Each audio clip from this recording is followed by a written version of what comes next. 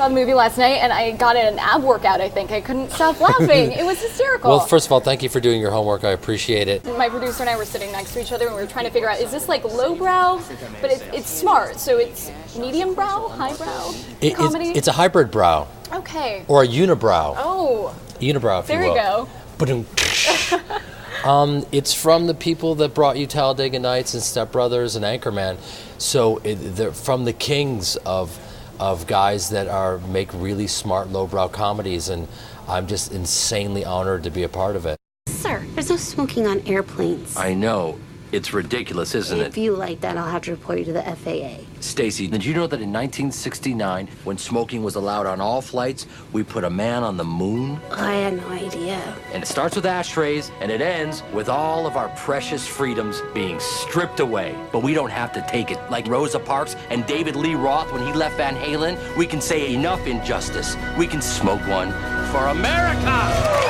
The cast is amazing. You have, Catherine Hahn, who's brilliantly delicious. Yes. She was in Anchorman and Talladega Nights yes. and other movies. And then you go and meet James Brolin's character, and then, all of a sudden, Will Ferrell, the sky's part, and Will yes. Ferrell is jumping out of a plane with sex toys. Yes. I mean, how does that happen? It's like a dream, because my fear was that by the time Will hit the screen, that it wouldn't, worst case scenario, the movie wouldn't be funny enough so that when Will jumps out of the plane, it's like he takes us to a whole nother level, and it's like, oh my God, Will Ferrell is so brilliant. But the reality is, the movie was so funny up until that moment that it just kind of was really kind of organic, and it sustained it, and it was really fantastic. James Brolin, who you mentioned, would go home to his wife, Barbara Streisand, at night, and I would just say, James, is she okay with all this? Because he has one of the most twisted roles you've ever seen, as you know. Absolutely. And I don't want to give it away. But he's like, well, the wife is on the fence about this whole thing. And she came to a screening, and I swear to God, Babs laughed the loudest. I think that's a tease in itself. Yes, indeed. That would probably get people to see it. I think you're right. Yeah. The movie is okayed by Barbara Streisand. She vetted the whole thing. Yeah. You did a lot of improv in this, and so did Will Ferrell, of course. Did you find that challenging? I mean, you've been improving since you were this big. Yes, indeed.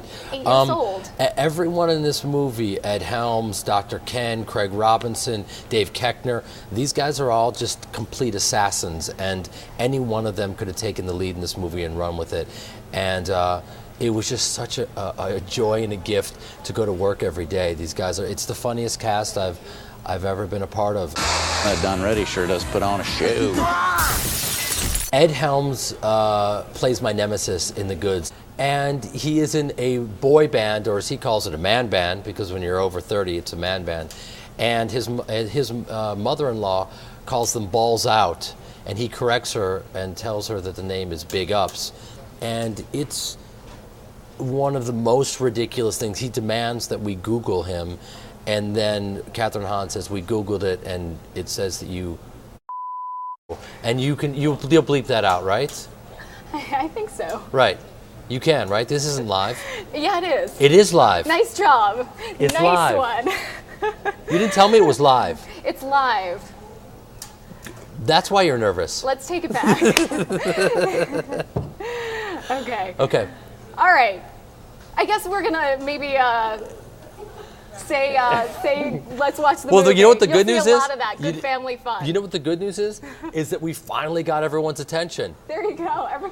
People were like, here. digging into their internet porn, and then as soon as I swore, everything, like the needle scratched, and everyone stopped.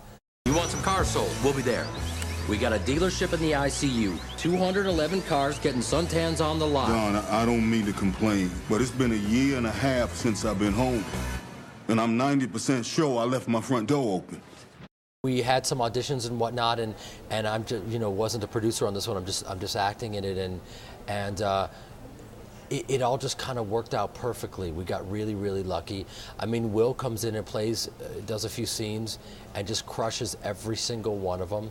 And if you would have told me that I would be doing a lead in a movie and Will Ferrell would have a smaller role in it, I never would have believed you. But I'm here to tell you anything is possible. Anything is possible. Yes. You've been in some 40-some movies in your career, but this is the first lead in a while. I mean, did it take you a while to get into the Hughes character character, you used car salesman character. I mean, did you spend time in Temecula? I didn't spend time in Temecula, but we spent a great deal of time in places that very much seem like Temecula.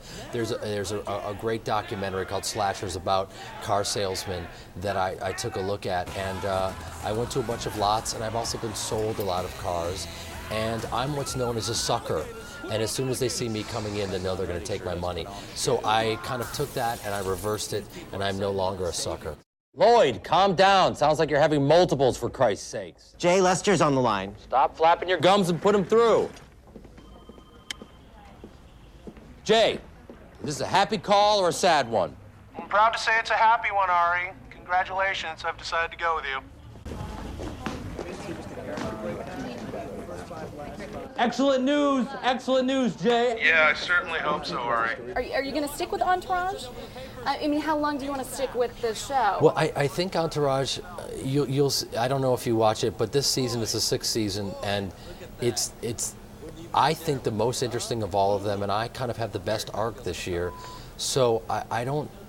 The backstage life of Hollywood is such fertile stuff for our show that I think we could continue on for as long as it stays fresh. What about a movie? I think a movie would be really, really fun of Entourage. I'd love to open it up. I have a bunch of ideas, all that will be turned down, but I have some great ideas.